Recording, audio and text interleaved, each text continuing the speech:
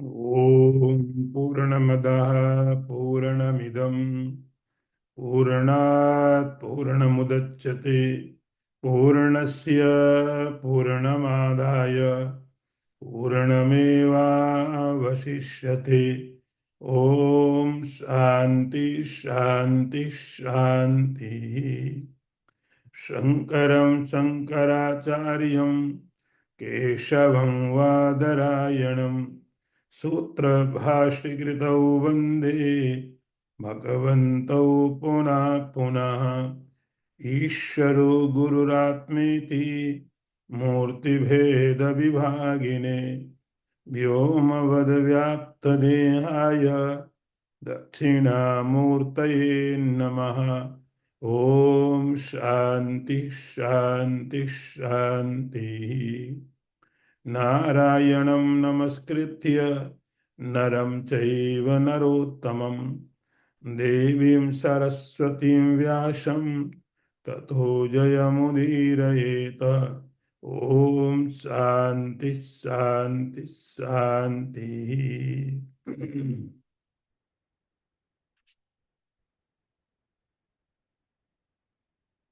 पृथक्त्वेन तु यज्ञानं नाना भावान् पृथग् विधान् वेत्ति सर्वेषु भूतेषु तज्ज्ञानं विद्धि राजसम्। भगवान कहते हैं, अर्जुन, जो ज्ञान अलग अलग रूप से अनेक जगह मालूम पड़ता है समस्त प्राणियों में, उस ज्ञान को तुम राजसी ज्ञान समझो। तीन प्रकार से ज्ञान हो जाते हैं। हम समझते कि ज्ञान होना बहुत अच्छी बात है, क्योंकि हम ज्ञान को पूरी तरह से समझने की कोशिश नहीं करते हैं। गीता में भगवान ने बोला, नहीं ज्ञानेन सदृशम पवित्रम यह विद्यते। ज्ञान से ज्यादा पवित्र संसार में और कुछ भी नहीं है। इस संसार में सबसे ज्यादा पवित्र जो चीज है वह ज्ञान। लेकिन वही भगवान जब 18वें अध्याय में आते हैं, कहते अर्जुन नहीं, ज्ञान भी तीन तरह का है। एक सात्विक ज्ञान है जो हमको स्वीकार करना चाहिए, एक राजसिक ज्ञान भी है, और आगे भगवान तामसिक ज्ञान की बात करेंगे। सात्विक ज्ञान के बारे में आपने सुना, भगवान ने कहा था कि सात्विक ज्ञान वह होता है कि एक ही सत्ता को अलग अलग भेद दिखाई पड़ेंगे, उन समस्त भेदों में एक चीज को जो देखता है, ये जो ज्ञान है, ये ज्ञान सात्विक है। समस्त चीजों में, समस्त पदार्थों में, समस्त विभागों में जो कि हमारी इंद्रियां बताएंगी, उनके साथ उन भेदों को देखते हुए एक ऐसी चीज है, एक ऐसा पदार्थ है, एक ऐसी रियलिटी है जो इन भेदों के होने के बाद में भी सब जगह है, जिसमें भेद नहीं होते। जो उसको जानता है वह सात्विक ज्ञान है। तो ज्ञान दो तरह से हो गए। एक ज्ञान जो हमें इंद्रियों ने दिया, एक ज्ञान जिसको हमने प्राप्त किया, जो इंद्रियों के द्वारा नहीं दिया जा रहा है। ये आपकी समझ है, आपने इस ज्ञान को, क्योंकि सबको ज्ञान नहीं मिलता है। इंद्रियों का ज्ञान सबको मिलता है, एक जैसा मिलता है। लेकिन इस सात्विक ज्ञान की जो भगवान बात कर रहे हैं, ये सात्विक ज्ञान सबको नहीं मिलता है। इसके लिए आपने साधना की है, इसके लिए आपने प्रयत्न किया है, श्रवण मनन निधिध्यासन, एक बहुत लंबी प्रक्रिया से निकलने के बाद जिस ज्ञान की प्राप्ति होती है, जो अभेद का दर्शन है। तो भेद का दर्शन इंद्रियां कराएंगी, जो सबको प्राप्त होता है, जिसके पास इंद्रिय हैं। अभेद का दर्शन आपने प्राप्त किया है, तो इंद्रियां भी अपनी जगह काम कर रही हैं। इंद्रियां भेद बताएंगी, लेकिन एक ऐसी अंडरस्टैंडिंग डेवलप किया आपने, एक ऐसा ज्ञान पैदा किया है जो उस भेद के अंदर में भी अभेद को देखता है। ये सात्विक ज्ञान है। इस ज्ञान को ही प्राप्त करने के लिए भगवान बोलते हैं। अब थोड़ा इससे नीचे, इतना ज्ञान अभी नहीं हो पाया है, क्योंकि ये highest quality of the knowledge, ये ज्ञान, इसी ज्ञान को भगवान कहते पवित्रतम चीज संसार में है तो क्या ये ज्ञान। लेकिन ये ज्ञान सबको नहीं मिलता, इसके लिए प्रयत्न करने पड़ते हैं, इसके लिए कोशिशें करनी पड़ती है, इसके लिए साधनाएं करनी पड़ती हैं। ये नेचुरल नहीं, ये आपके प्रयास से मिलने वाला है। यदि ये ज्ञान नहीं है तो इससे थोड़ा नीचे, उस ज्ञान को भगवान राजसी ज्ञान बोलते हैं। राजसम उतना हाई क्लास का तो नहीं है, लेकिन ठीक है। तो वो ज्ञान कौन सा है? पृथक्त्वेन तो यद ज्ञानम नाना भावान पृथक विधान।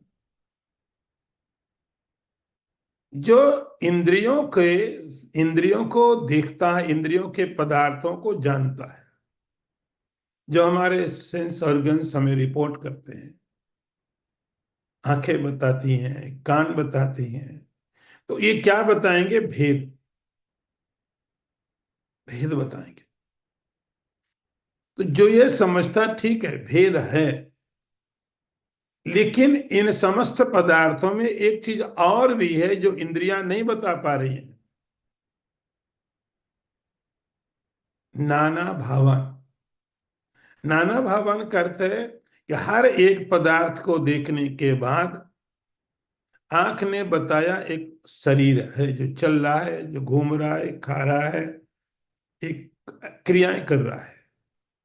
तो इस प्रकार से अनंत शरीरों को इंद्रियां दिखा रही।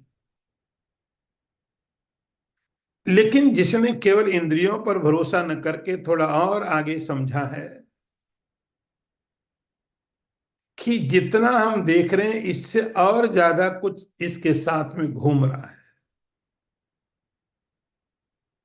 तो इस शरीर जो घूमता हुआ आंख दिखा रही है, जिससे कोई शब्द निकलते जो कान बता रहे हैं, जिसको आप स्पर्श कर सकते हो, इससे अलग भी, इससे अलग भी एक चीज है इसके अंदर में, जिसको आप अनुभव कर सकते हो। उसको भाव सत्ता, रियलिटी। तो जो दिखाई पड़ रहा है, इससे अतिरिक्त प्रत्येक शरीर के अंदर में एक ऐसा तत्व भी है जो दिखाई नहीं पड़ता लेकिन है,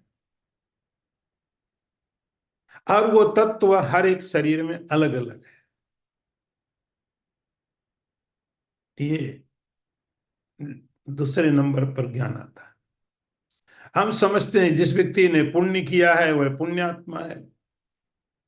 तो ये जो वर्णन भगवान करेंगे, आप अपने अपनी कैटेगरी इसमें ढूंढ लेना, कहीं ना कहीं तो मिल जाओगे। तो जो ये समझता है कि हर एक शरीर के अंदर में शरीर से अतिरिक्त कुछ चीज और भी है,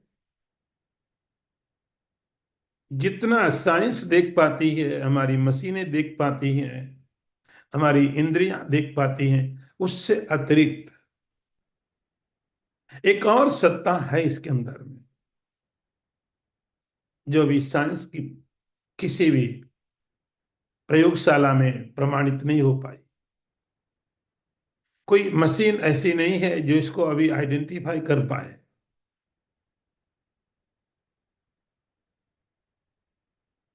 लेकिन है। और वो होना हर एक शरीर के में अलग अलग है। जिसने पुण्य किया हम बोलते पुण्यात्मा है, जिसने पाप किया हम बोलते पापी है। इसने कोई सुखी है, कोई दुखी है, कोई दुष्ट है, कोई सज्जन है। नाना भावान पृथक विधान। नाना भावान का मतलब हर एक शरीर में एक अलग आत्मा है। नाम नहीं, नाम भगवान ने दिया नहीं है, भाव करके बोला, भाव सत्ता रियलिटी। तो हर एक शरीर के अंदर में एक अलग चैतन्य है, एक अलग आत्मा है, लेकिन शरीर से अतिरिक्त है। जिसने पुण्य किया है वो मरने के बाद में स्वर्ग जाएगा। ये लॉजिकल लगता आपको? यदि आप धार्मिक हैं तो थोड़ा ज्यादा ये लॉजिकल आप लगेगा, आपको ज्यादा, आपको तार्किक लगेगा। ठीक बात है। जिसने अपराध किया है उसको पनिशमेंट मिलता है। ये थोड़ी आत्मा ये कि अपराध किसी ने किया वो नहीं मिल रहा, चलो दूसरे को ही दंड दे देते हैं। हमको किसी को दंड देना है अपराध के लिए, और आत्मा तो एक है। नाना भावन, हर एक शरीर के अंदर में आत्मा है, चैतन्य है, कॉन्सियसनेस है, लेकिन वो अलग है। इस शरीर में होने वाले चैतन्य का दूसरे शरीर में होने वाले चैतन्य के साथ कोई मतलब नहीं है। इसीलिए कोई पर कोई पाप कर रहा है तो कोई पापी है, कोई पुण्य कर रहा है तो पुण्यात्मा है, कोई सुखी है, कोई दुखी है, कोई क्रोधी है, कोई शांत है। हर एक शरीर के नाना भावान पृथक विधान। हर एक शरीर के अंदर में एक अलग सत्ता है, और ये सत्ता मनुष्यों तक सीमित नहीं है कि मनुष्यों के शरीर के अंदर ही चैतन्य रहता है। यदि मनुष्य है तब उसके अंदर चैतन्य है, पशुओं में नहीं है, पक्षियों में नहीं है। इसीलिए हम उनको मार सकते हैं क्योंकि उनके अंदर चैतन्य नहीं है। भगवान कहते हैं सर्वेषु भूतेषु, समस्त प्राणियों के अंदर में, समस्त प्राणियों के अंदर में वह चैतन्य है। सर्वेषु भूतेषु, तो जहां जहां कहीं पर भी हमारी इंद्रियां ये बताती हैं ये शरीर है, ये कोई सत्ता है, उस सत्ता के अंदर में जो दिखाई पड़ता है उससे थोड़ी और ज्यादा एक सत्ता रहती है। वेत्ति सर्वेषु भूतेषु ज्ञानम विद्धि राजस।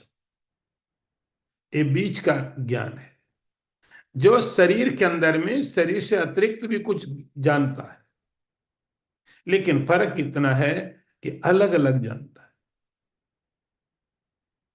हर शरीर के अंदर। तो आपको फर्क पता चल गया होगा कि पहले वाले ज्ञान में भगवान ने बोला आत्मा को वो भी जानता है, लेकिन वो एक ही को जानता है सब जगह। कोई विभाग उसका उसको भ्रमित नहीं कर पाएगा। लेकिन यहां भगवान कहते हैं कि जो दूसरे नंबर का ज्ञान है, इस ज्ञान में भी, इस ज्ञान के अंदर में भी आत्मदर्शन है। लेकिन ये आत्मदर्शन कैसा है कि हर एक शरीर के अंदर में एक अलग आत्मा है। तो हर एक शरीर के लिए एक आत्मा दी गई है। वेत्ति सर्वेषु भूतेषु, मनुष्यों में, पशुओं में, पक्षियों में, इंसेक्ट्स में, सब जगह, सब जगह ये जो ज्ञान है, इस ज्ञान को तुम राजसी ज्ञान समझो। विद्धि राजसम, बीच का। अब आगे का मंत्र देखिए। यत्तु कृष्ण बदे कस्मिन कार्ये सक्तम अहेतुकम अतत्वार्थ बदल्पम च तत्तामसम उदाहृतम। यत्तु, और जो, एकस्मिन कार्य, एक ही शरीर के अंदर में सब कुछ समझता है, सख्त होता है, आसक्त होता है, बिना कारण के होता है, बिना तर्क के होता है, तत्व अर्थ को जाने बिना अल्प होता है, उसको तत्तामसम, उसको तामस कहते हैं।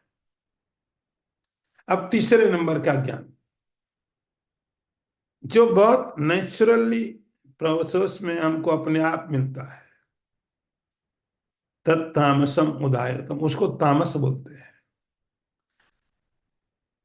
तामस ज्ञान किसको बोलते हैं?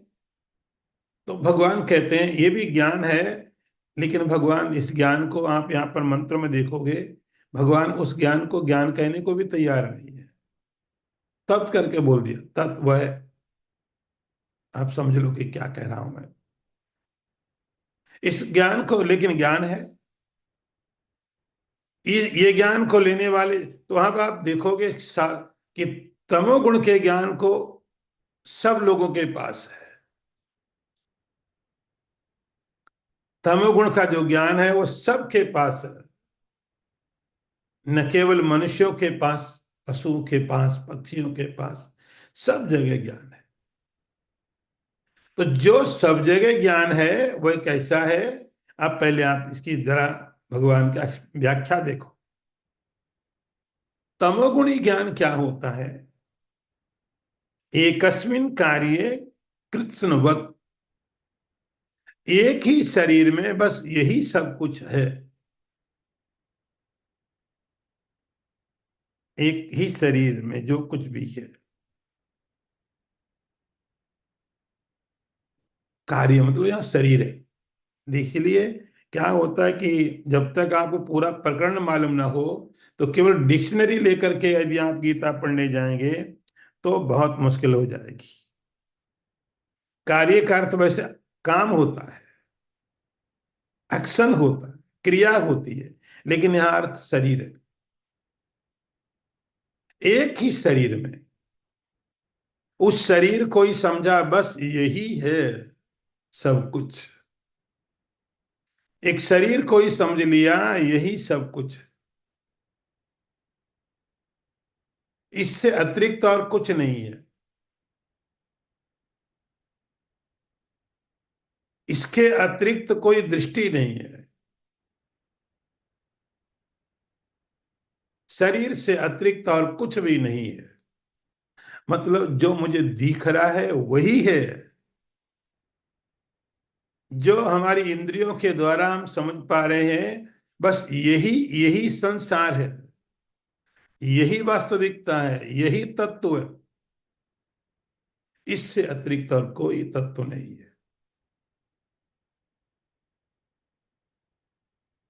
है तो हमें दिखना चाहिए।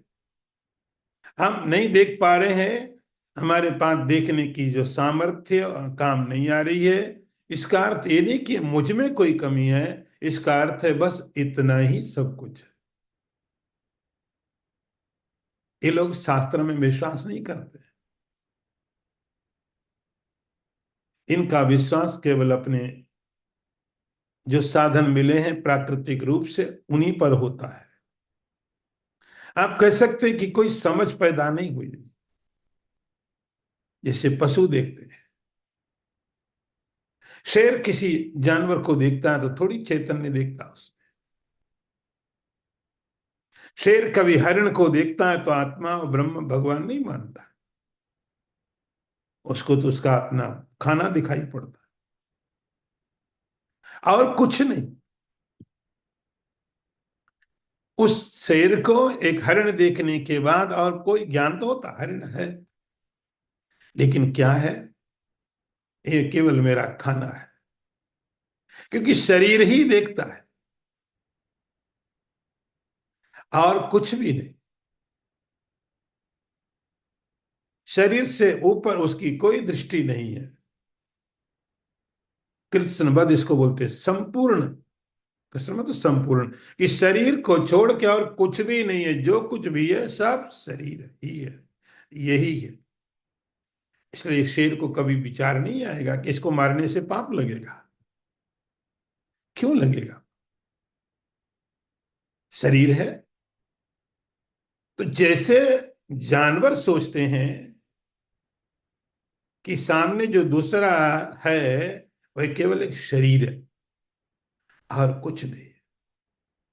इसी लेवल पर जो लोग सोचते हैं मनुष्य होने के बाद में भी, तो जानवरों के ज्ञान को भगवान तामसिक ज्ञान नहीं कहते हैं। उनके साथ तो ज्ञान का कोई मतलब नहीं। जब मनुष्यों के साथ ये ज्ञान जुड़ता है जो पशुओं के साथ है, तब उसको भगवान तामसिक नाम देते हैं। जो ये मनुष्य होने के बाद केवल इतना ही जानता है कि जो हम शरीर देखते हैं यह शरीर ही एक रियलिटी है और कुछ नहीं। इस ज्ञान को समझने के लिए कोई अध्ययन की जरूरत नहीं, कोई स्टडी नहीं चाहिए, कोई रिसर्च नहीं चाहिए। वो साधन हमको प्राकृतिक रूप से मिले हुए हैं। पशुओं को मिले, हमको भी मिले। तो उन साधनों के द्वारा शरीर दिखाई पड़ जाता है, लेकिन और कोई समझ नहीं होती है। यत्तु कृत्स्नवद एकस्मिन कार्ये। तो एकस्मिन कार्य केवल शरीर ही तक जो देख पाते हैं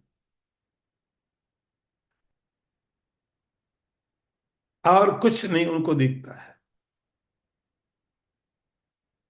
उसी चीज में इतने आसक्त रहते हैं क्योंकि शरीर ही रियलिटी है, शरीर ही वास्तविकता है। तो शरीर के लिए इतने आसक्त होते हैं और तो कोई वास्तविकता है नहीं।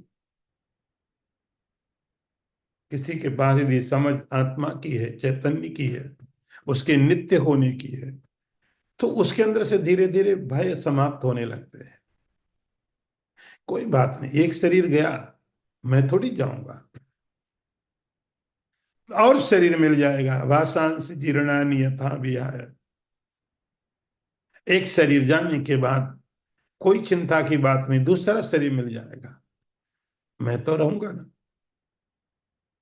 लेकिन इन लोगों के पास इस ज्ञान पर, इस तरह के ज्ञान वाले लोगों के पास में ले दे करके केवल एक शरीर ही तो होता है, शरीर ही रहता है। इसलिए उस शरीर को किसी भी तरह से, किसी भी तरह से सुरक्षित करो।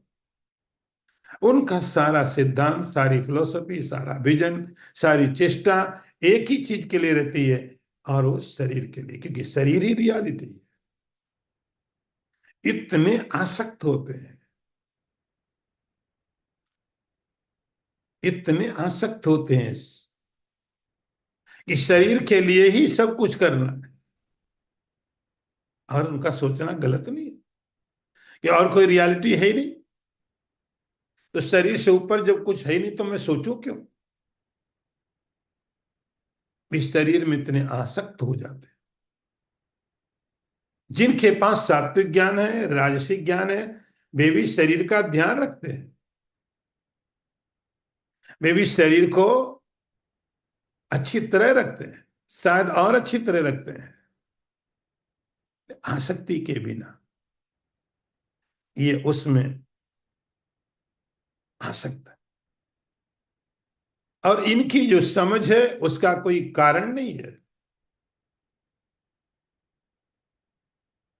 कारण नहीं है।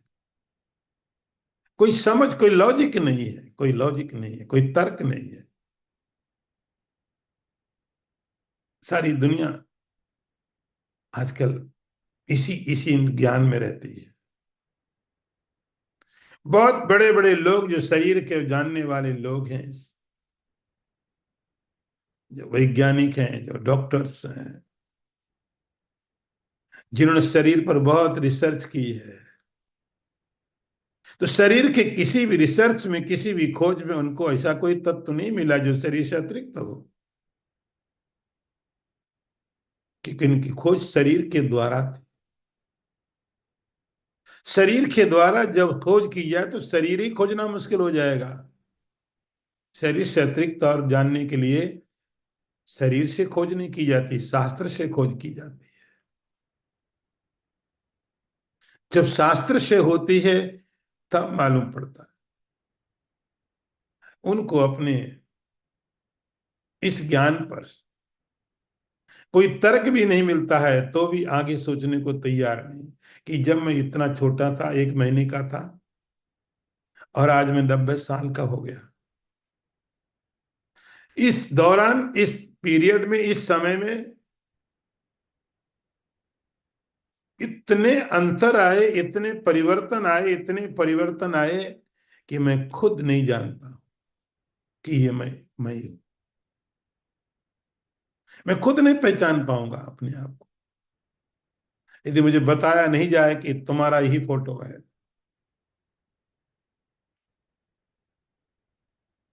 तो तुम कौन से हो? कोई लॉजिक नहीं। कहेंगे कि शरीर में सारे की सारी चीजें इतने साल के अंदर, 7 साल के अंदर पूरा शरीर बदल जाता है, मालूम है। लेकिन ये नहीं मालूम है कि एक ऐसी और चीज होती है जो नहीं बदलती है। इसीलिए उनकी समझ में कोई हेतु नहीं, कोई कारण नहीं, कोई लॉजिक नहीं है। अतत अल्पम। अल्पम का मतलब उसकी सोच बहुत छोटी है। अल्पम का मतलब उनकी समझ बहुत छोटी है। केवल इतनी, इतना तो पशु भी जानता है, पक्षी भी जानता है, हर कोई जानता है। उतनी यदि समझ है जो जन्म के साथ ही पैदा हो जाती है, तो शरीर में और क्या ज्ञान प्राप्त किया। इसलिए अतत्वार्थ तत्व भी के लिए नहीं होती, उनकी समझ तत्व के लिए नहीं होती है। इतने में संतुष्ट है, इतने में ही खुश है। यही सब कुछ है बस। एक शरीर दिख रहा है, इसको बाहर से देख लो, और यदि आप कुछ कर सकते हो, ऐसी ऐसी मशीनें बनाओ कि अंदर के पार्ट्स देख लो, अंदर में छुपे छिपे हुए कीटाणुओं को देख लो। तो जब हमारी दृष्टि केवल इस स्थूल शरीर तक रह जाती है, जब हमारी दृष्टि केवल, उसको भगवान कहते हैं अल्प है, स्थूल शरीर तक, तत्वार्थ नहीं है, लॉजिकल नहीं है। कौमारम दे यत देहस्मिन् यथा देहे कौमारम यौवनम यथा। ये रियलिटी, जिसको रियलिटी सब वास्तविकता बता रहे हैं, कितना, कितनी कितनी बदल रही है। क्या आप खुद नहीं पहचान पा रहे हैं? तो कोई लॉजिक नहीं है, और तत्वार्थ भी नहीं है, ये वास्तविकता भी नहीं है, लेकिन समझने को तैयार भी नहीं। इसी को भगवान कहते हैं, ऐसा जो अल्प ज्ञान है, बहुत छोटा ज्ञान है, बहुत कम ज्ञान है, इतने में ज्ञान, कोई समझ बोलते हैं, भगवान कहते तत्तामसम। भगवान ज्ञान कहने को भी तैयार नहीं है, उसको तामसिक ज्ञान कहा जाता है। उस ज्ञान को भगवान नाम देते तामसी, सबसे नीचे का, सबसे नीचे का, जो सबके पास है, सबके पास तामसिक है। तत्तामसम उदाहरता। इस तरह से 3 प्रकार के भगवान ने ज्ञानों की बात की। सात्विक ज्ञान, आप समझ गए, जहां एक आत्मदर्शन है। राजसिक ज्ञान, जहां बहुत आत्मदर्शन है, लेकिन है, थोड़ा तो है, शुद्ध आत्मदर्शन नहीं होगा, लेकिन है तो सही।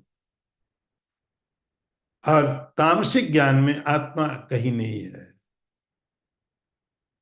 आत्मा नहीं है, कोई चैतन्य नहीं है, कोई कॉन्शियसनेस है। ये बात आज से नहीं है, पुराने समय में हम लोग उसको चारवाक बोलते थे। धीरे धीरे धीरे धीरे आज थोड़ा और ज्यादा विस्तार हो गया। ऐसे ज्ञान को भगवान कहते हैं ये तामसिक ज्ञान है।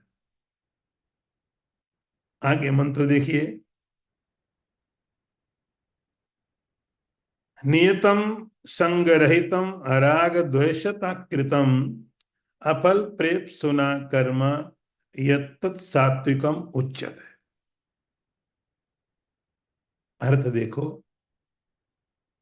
हे अर्जुन, जो कर्म निहित नियत हो, संग से रहित हो, राग द्वेष के बिना किया जाए, बिना फल की इच्छा से, उसको सात्विक कर्म किया कहा जाता है। अब दूसरा टॉपिक भगवान ने लिया। पहले आपको ज्ञान बता दिया अभी। ज्ञान बताने के बाद में अब भगवान ने दूसरा विषय लिया जिसका नाम है कर्म। कर्म भी भगवान कहते हैं कि तीन तरह का होता है। ये भेद क्यों हो जा रहे हैं? हम उनके साथ कुछ चीजें ऐड कर देते हैं, इसलिए उसमें भेद पैदा हो जाता है। अब कर्म को लीजिए। भगवान कहते हैं कर्म भी तीन तरह का हो जाता है। जैसे ज्ञान तीन तरह का हो गया, और उस ज्ञान में सात्विक ज्ञान भगवान कहते हैं आपको होना चाहिए। ठीक है, राजसिक है तो भी ठीक है, लेकिन कोशिश करो सात्विक ज्ञान प्राप्त हो जाए। और तामसिक ज्ञान को भगवान सबसे नीचे का मानते हैं। ऐसे ही जब कर्मों की बात है, तो कर्म में भी भगवान कहेंगे कि आपको सात्विक कर्मों वाली डिवीजन में अपने को लाना चाहिए। सात्विक कर्म वही है, कर्म की प्रक्रिया वही होगी, लेकिन एक ही कर्म सात्विक बन सकता है, राजसिक बन सकता है, तामसिक बन सकता है। तो कर्म कैसे कैसे बदलता है, कैसे कैसे कर्म में परिवर्तन आते हैं, कैसे कैसे अलग अलग कर्मों के नाम पड़ते हैं, वो भगवान कुछ चीजें यहां पर बता रहे हैं। पहली बात, सबसे जरूरी बात, नियतम। नियतम का मतलब है जिस कर्म को शास्त्र कहता है ये करो, नियत किया गया है, निश्चित किया गया है, ये कर्म आपको करना है। नियत कर्म आपकी ड्यूटी है। नियत कुछ कर्म शास्त्रों में से हैं जो कहा तो शास्त्र कहता है करो, लेकिन वो नियत नहीं होते हैं।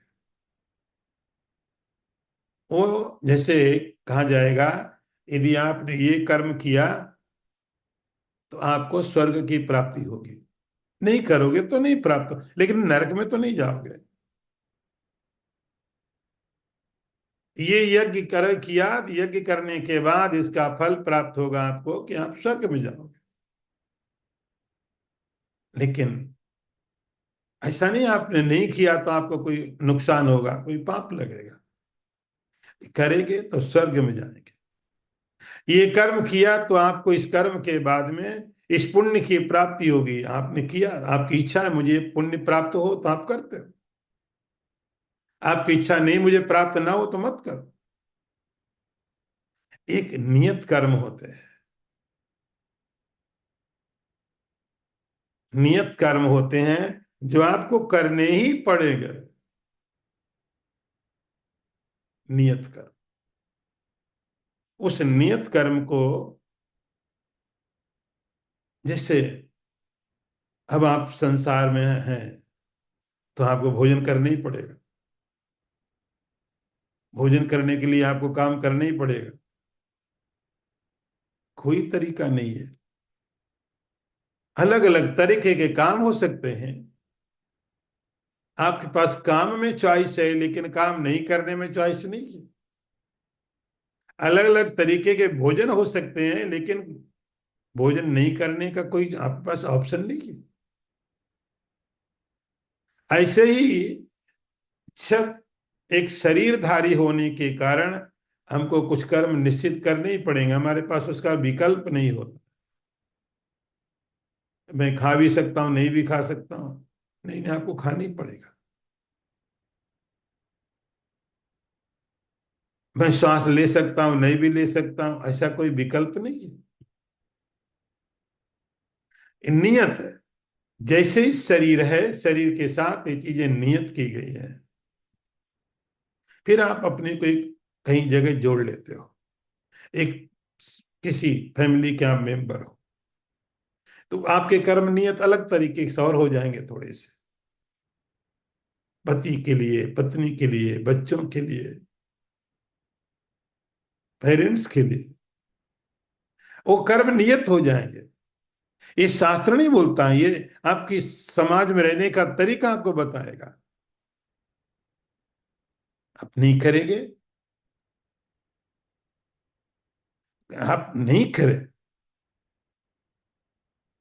तो वो ना तो आपके लिए अच्छा, न समाज के लिए अच्छा, न परिवार के लिए अच्छा है। वो कर्म आपके लिए नियत हो जाते हैं। तो जब हम किसी चीज को अपनी किसी चीज के साथ जोड़ देते हैं, तब हमारी कुछ काम नियत हो जाते हैं, उसको भगवान नियत बोलते हैं। तो ये मनुष्य होने के कारण हमारे कुछ कर्म नियत हैं, जो शास्त्र बोलता है इनको करो। पति होने के कारण आपको ये करने चाहिए, पत्नी होने के कारण ये करने चाहिए, मनुष्य होने के कारण ये करने चाहिए आपको। कि मनुष्य होने के लिए कोई कारण नहीं क्या? कोई ड्यूटीज नहीं है मनुष्य होने के लिए? तो जैसे पिता के कर्तव्य होते हैं, पत्नी के होते हैं, पति के होते हैं, ऐसे ही मनुष्य होने के भी कुछ कर्तव्य होते हैं, उनको नियत बोलते हैं। नियत कर्मों को करना चाहिए, लेकिन कैसे करना चाहिए? संग रहितम। कर्म करने चाहिए, कोई भी कर्म हो उन कर्मों को करना चाहिए, लेकिन ध्यान ये रहे उसमें कोई संग ना हो, संग ना हो। देखो कैसा भगवान का स्टेटमेंट। भगवान कहते हैं जो आपकी ड्यूटीज हैं, जो आपके कर्तव्य हैं मनुष्य होने के कारण, वो आपको करने चाहिए, लेकिन एक बात ध्यान रहे कि उसमें आसक्ति न हो जाए। अराग द्वेषता कृतम, उसमें कोई राग और द्वेष ना हो जाए। जिससे आपको बताया कि गंगा स्नान करने से पुण्य प्राप्त होता है। गंगा स्नान करो, बड़ा पुण्य होगा। मई के महीने में, जून के महीने में इंडिया में बड़ी गर्मी पड़ेगी, तो लोग हरिद्वार चले जाएंगे, गंगोत्री चले जाएंगे, केदारनाथ चले जाएंगे, कि चलो गर्मी में थोड़ा मौसम भी ठीक रहेगा और यात्रा भी हो जाएगी। दोनों चीजें हैं। लिखा गंगा स्नान करने से बड़ा अच्छा रहता है, पुण्य प्राप्त होता है। बाहर इतनी गर्मी पड़ी, टेम्परेचर 45 समथिंग। अब उस समय में गंगा में नहाना बड़ा अच्छा लगता है, बोले मन ही नहीं करना निकलने का। तो दो दो चीजें हो गई कि गंगा में नहाने का पुण्य भी हो रहा है और अच्छा भी लग रहा है। देखिए शास्त्र बोलते गंगा में नहाना चाहिए, पुण्य प्राप्त होगा। उसका ठंडी का समय आया, इतनी ठंडी। अब वही गंगा है, उसमें नहाने का मन नहीं हो रहा है, और जैसे तैसे थोड़ा गए तो फटाफट बाहर आ गए। अब नहाने की इच्छा नहीं, अब दूसरे तरीके ढूंढेंगे कि किसी तरह पुण्य भी मिल जाए और कष्ट भी ना हो। तब मंत्र बनाएंगे, गंगा का दर्शन करने से पुण्य की प्राप्ति हो जाती है, स्पर्श करने से हो जाती है, हो जाती है। लेकिन जब गर्मी थी तो आप बहुत एंजॉय कर रहे थे, घंटों उसमें रहने को मन कर रहा था। अराग द्वेषता कृतम, कोई भी कर्म करते समय राग और द्वेष नहीं। इसलिए मैं कर रहा हूं क्योंकि मेरे लिए नियत किया गया, ये मेरे लिए निश्चित किया गया है, ये मेरे कर्तव्य है। कोई फर्क नहीं पड़ता है, गर्मी है तो भी गंगा में नहाऊंगा, और सर्दी है तो भी गंगा में वैसे ही नहाऊंगा। मैं गंगा में इसलिए नहीं नहा हूं कि वेदर के हिसाब से, मौसम के कारण नहीं नहा रहा हूं, मैं इसलिए नहा रहा हूं, ये मुझे करना है। अराग द्वेषता कृतम, अफल प्रेप सुना। कर्म करने के पहले हम निश्चित कर लेते हैं, ये फल मुझे प्राप्त हो तो मैं करूंगा। फल प्रेप्सु बोलते हैं उसको, फल को प्राप्त करने की इच्छा है। एक संकल्प लिया मैंने, यदि मेरा काम हो गया तो मैं ये कर्म करूंगा, अथवा ये कर्म करने के बाद मैं ये चाहता हूं कि मुझे ये मिल जाए, इतने फास्ट करूंगा मैं, इतनी तीर्थ यात्राएं करूंगा मैं। तो एक संकल्प मन में लेके, एक इच्छा लेकर के, ये कर्म करने के बाद मुझे इस चीज की प्राप्ति हो जाए। ये सात्विक कर्म की बात की जा रही है, बहुत उच्च श्रेणी का कर्म, जैसे आपको बताया गया था, बहुत उच्च श्रेणी का ज्ञान। वैसे ही ऐसा कर्म, अफल प्रेप सुना कर्म, फल पर मेरा मेरा फोकस नहीं है। मेरा सोचना है कि मेरी ड्यूटी है, तो वो फल के ऊपर मेरा कोई फोकस नहीं कि फल मिलेगा, ये मिलेगा। मिलेगा, वो मेरा काम नहीं है, ईश्वर का काम है। तो उसके ऊपर मैं ईश्वर पर संदेह क्यों पैदा करूं, फल मिलेगा कि नहीं मिलेगा,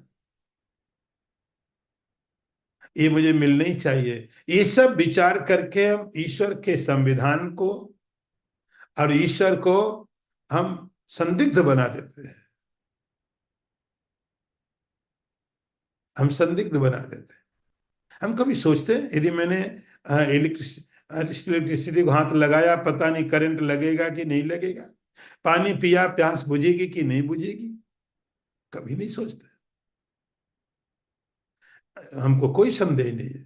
तो जब कर्म करने के पहले हम एक निश्चित चीज कर लेते हैं, एक कंडीशन अपने मन में डाल देते हैं, एक शर्त डाल देते हैं, तब हम ईश्वर को संदिग्ध कर देते हैं, ईश्वर के संविधान के ऊपर क्वेश्चन मार्क लगा देते हैं। ये मैं इसलिए करूंगा क्योंकि मुझे ये मिलना चाहिए, यदि नहीं मिला तो ईश्वर ने कुछ तो गलत किया है। ईश्वर के संविधान और ईश्वर के ऊपर संदेह छोड़ करके, फल की इच्छा इसी को बोलते, छोड़ करके जो कर्म किया जाता है, उस कर्म को सात्विक कर्म बोलते हैं। आगे मंत्र देखिए, यत्तु कामे सुना कर्म साहंकारेण वा पुनः क्रियते बहुलायासम तद राजसम उदाहृतम। यत्तु दूसरा अर्थ मंत्र देखिए, और जो, और जो कर्म, जो कर्म फल की इच्छा के साथ, अहंकार के साथ, बहुत प्रयत्न के साथ किया जाता है, तत् राजसम, उसको राजसिक कहा जाता है। भगवान की साइकोलॉजी साइंस तो देखो, कि जो चीज हम कर रहे हैं उसी को भगवान एक्सप्लेन कर रहे हैं। भगवान कहते, और जो नंबर दूसरे पर कर्म है, उस कर्म को हम बोलते हैं राजसिक कर्म। जिन लोगों के अंदर इतनी क्षमता नहीं है कर्म को समझने के लिए, जो कर्म को इस तरह से नहीं कर सकते हैं, उनके लिए दूसरी श्रेणी का कर्म है, उससे थोड़ा नीचे, मध्यम। वह कर्म की प्रक्रिया क्या है? कामयाब सुना, कामना के साथ। आप ठीक अपोजिट, पहले वाले में बोला फल की इच्छा को निश्चित नहीं करता हो, यहाँ फल की इच्छा को निश्चित करता है। ये कर्म मैं कर रहा हूं क्योंकि मुझे ये प्राप्त करना है। ब्राह्मण संकल्प करते, जब आप देखते रिचुअल्स होते हैं, कर्म कांड होता है, ये प्राप्त करने के लिए, धर्म अर्थ काम मोक्ष, शांति के लिए, परिवार के लिए, बड़ा पंडित तो सब पढ़ देते हैं, जो कुछ नहीं लिखा हो तो वो भी पढ़ देते हैं आपको खुश करने के लिए, सब पढ़ देते हैं जो वहां नहीं लिखा है। तो ये प्राप्त अर्थम, ये सब प्राप्त करने के लिए मैं ये कर्म करूंगा या कर्म कराऊंगा। तो कर्म करने के पहले हम एक अग्रीमेंट भगवान से कर लेते हैं, ये मुझे मिलना चाहिए, मैं डिजर्व करता हूं इसके लिए, और इसीलिए मैं ये कर्म कर रहा हूं। इसको बोलते कामेप सुना, कामेप सु, फल की इच्छा, कामनाओं की इच्छा वाला, ये मुझे ठीक है, भगवान इसको एक्सेप्ट करते हैं। सात्विक नहीं, राजसिक। साहंकारेण, साहंकारेण अहंकार के साथ, अहंकार के साथ। अहंकार का मतलब यहां पर है एक अभिमान के साथ, मैं ये कर्म इसलिए कर रहा हूं कि मैं शक्तिशाली हूं, मैं समर्थ हूं, मैं ये कर सकता हूं, मैं वो कर सकता हूं।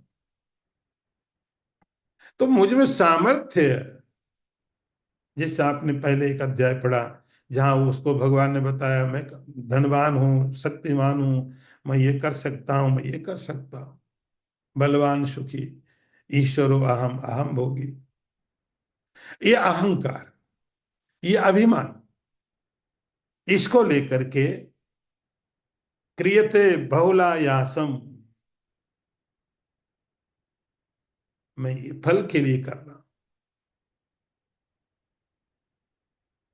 और ये करने वाला व्यक्ति को बहुल आयासम बने, बहुत प्रयत्न करने पड़ते हैं, बहुत प्रयत्न करने पड़ते हैं। बहुलायासम, आयास मतलब प्रयत्न, कोशिश, बहुल का मतलब बहुत। प्रयत्न बहुत कब हो जाता है, प्रयत्न बहुत तब हो जाता है जब हम वो काम करना नहीं चाहते, हमें करना पड़ता है, तब प्रयत्न हो जाता है बहुत। मेरी इच्छा नहीं है करने की, अंदर से बिल्कुल मैं अपने को रोक रहा हूं, लेकिन मुझे करना पड़ रहा है, मेरी मजबूरी है।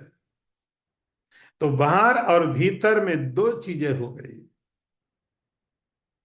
अंदर से आप करना नहीं चाहते हैं, बाहर से करना पड़ता है, तब आपका जो प्रयत्न होता है वो प्रयत्न आपको बहुत लगने लगता है। जो चीज आप एंजॉय करते हो थकावट नहीं होती है, जो नहीं करते हो और फिर होता है तो प्रॉब्लम्स हो जाते हैं, थकावट हो जाएगी, क्योंकि आप चाहते नहीं करने को। तो हमारा थोड़ा छोटा भी काम आपको ज्यादा लगने लगता है, बहुलायासम, क्योंकि अंदर से आप करना नहीं चाहते, बाहर से करना पड़ रहा है। तो हमारे अंदर हमारा जो एक संघर्ष है हमारे अपने साथ, ये ये आपके कर्म को लंबा बना देता है, ज्यादा बना देता है, थकावट ला देता है। बहुत टाइम हो गया करते करते, क्रियते बहुलायास, उस उस कर्म को भगवान कहते हैं राजसिक कहा जाता है, उस कर्म को राजसिक कर्म कहा जाता है। इसमें अहंकार भी है, फल की इच्छा भी है, और थकावट भी है, परेशानी भी है। ऐसे कर्म को भगवान कहते हैं राजसिक कर्म कहा जाता है। तो दो तरह से आपने कर्म को समझ लिया, एक सात्विक कर्म, कर्म एक ही है, लेकिन वह सात्विक बन सकता है, आप कैसे उसको करते हैं। और राजसिक भी बन सकता है, आप कैसे उसको। तो सात्विक और राजसिक दो तरह के कर्म हो गए। इसके आगे का टॉपिक फिर को लेंगे। ओम पूर्णमदः पूर्णमिदं पूर्णात् पूर्णमुदच्यते पूर्णस्य पूर्णमादाय पूर्णमेवावशिष्यते। ओम शांति शांति शांति। शंकरं शंकराचार्यं केशवं वादरायणं सूत्रभाष्यकृतौ वन्दे भगवन्तौ पुनः पुनः। ईश्वरो गुरुरात्मेति मूर्तिभेदविभागिने व्योमवद्व्याप्तदेहाय दक्षिणामूर्तये नमः। ओम शांति शांति शांति। नारायणं नमस्कृत्य नरं चैव नरोत्तमं देवीं सरस्वतीं व्यासं ततो जयमुदीरयेत। ओम शांति शांति शांति।